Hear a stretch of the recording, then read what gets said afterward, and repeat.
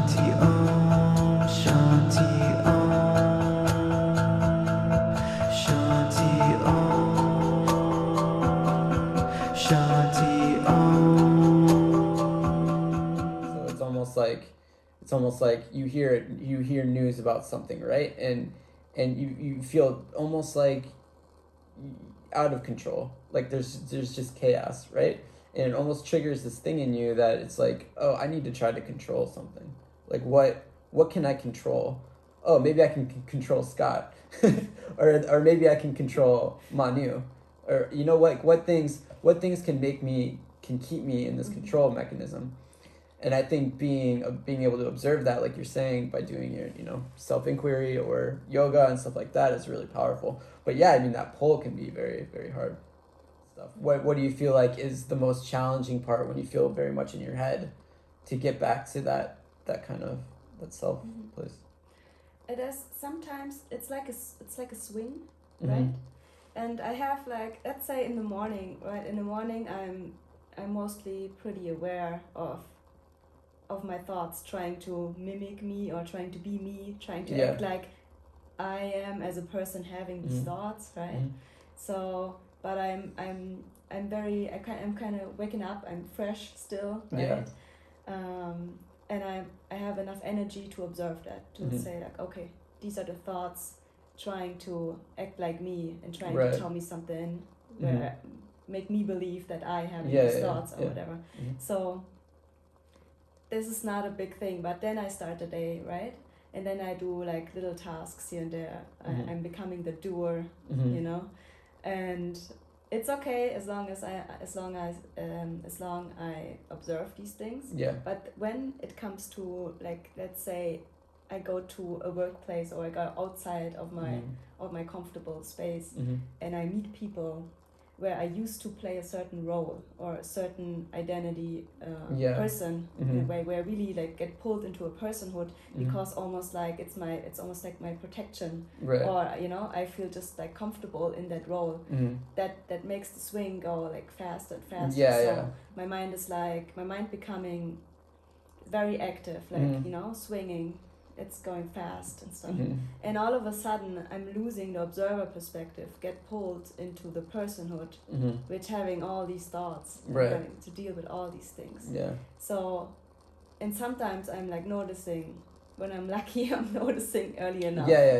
Before the swing starts going too crazy. Like, oh. Yeah, I mean, with the self-inquiry stuff, I'm always coming back to the I thought. So always coming back to I, and because I noticed that if the thought comes up or something happens where I get triggered, there's always like a source to it. So can I get to that source of it and stay there instead of staying in the thought? I always feel like there's a thought and then there's a source connected to that thought.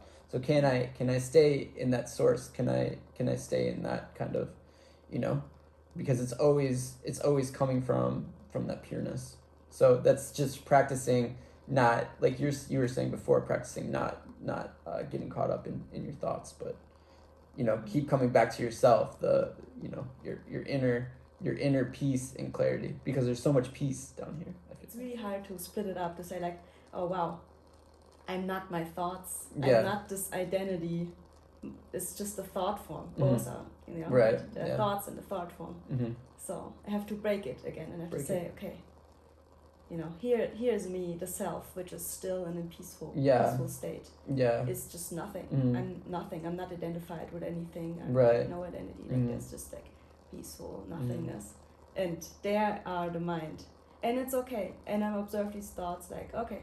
And I even let them run when I feel like, oh, they want to take me, into this person. And let them run. I say like, okay, do it. But I stay here as an observer. So even if I give the permission to them to go on the swing, it's almost like they can't pull me in, because I say like, I see you thoughts doing this, and so I can break it. I can come back to my real state. I love that. That's really cool. Can you explain that a little bit more with the I thought? Like, what do you mean when you say come back to the I?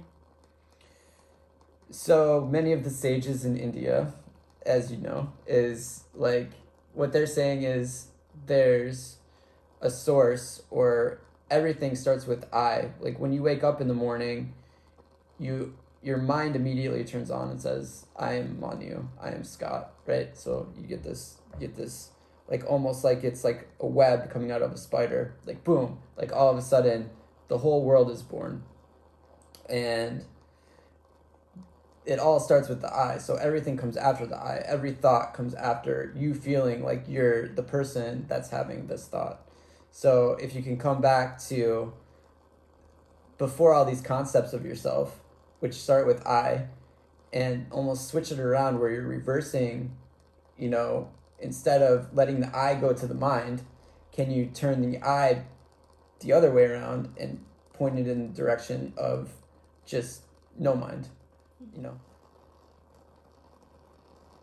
So I think this is the I would say it's not even a tool, it's a remembering of our It's like a own remembering, state. yeah. And I feel like it's like you said, like with the swing, that it can sometimes it's very easy, I feel like, to stay in that presence, stay in that thing, especially, if we're doing meditations in the morning. And I really actually I think that's like a blessing in itself, because if you're meditating in the morning, you're kind of setting the theme for the day. Mm-hmm. And I feel like if you're setting that theme for the day with, a meditation or something like that, of that staying, then it's a lot easier. If the swing is very intense, then you still kind of have that remembrance of what you did Right, in the morning with the yeah. meditation. Mm-hmm. Of kind of that thing. And it's Right. almost like you have this remembrance, and it's more fresh. It's not something you're forgetting about.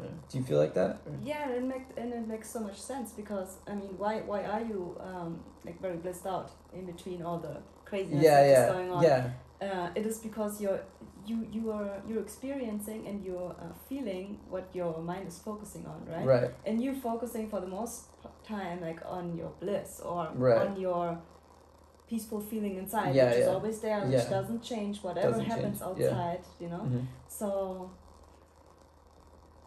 it makes sense that when I go on a computer, and I try to find some news about the pandemic, which I did at the beginning. I was Googling a lot of stuff, like, okay, what's about this? Okay, I want to be informed. Mm-hmm. I want to feel safe because I know a lot of things and Right. I can make proper decisions. Mm-hmm. But who wants to make these proper decisions? Right. Mm-hmm. My personhood, or my Yeah, ego, who wants to protect me. Mm-hmm.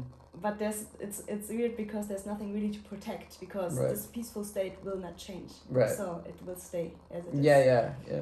But then I do that, right? Yeah. And I see like, oh wow, I get like anxious, and I was like, oh my god, I'm freaking out here. Like the more I do it, and it lasts for days when I did that. It lasted like at least 3 days where I felt that, just because a few hours I did some research on it, and I got into the topic. Mm-hmm. What do you feel like your person is trying to get when they try to like look, when they're trying to find this stuff, or see what's going on with the pandemic? Like what's the goal of the person who's trying to find this stuff? Or is it just to be informed, or is it do you feel like if you're informed, then you have more control over it? Mm-hmm. It's almost like, do you feel like what's the reason behind it? Like why do people feel like they need to get more informed on it and do all this? Well, because they're scared to die. Okay. I would say. What do you think? Yeah, I think I think it comes down to that. I mean, you feel like you don't have any control over death, right? Mm-hmm. And I was actually thinking about that this morning, is most people, you can't control death, right? So, like, how can we control death? Well, we can try to control other things, stuff like that. So, yeah, that's interesting. That's a really good point. Mm-hmm. Yes, So. maybe we can talk about this. Yeah. On our more next more next deeply. podcast. Yeah.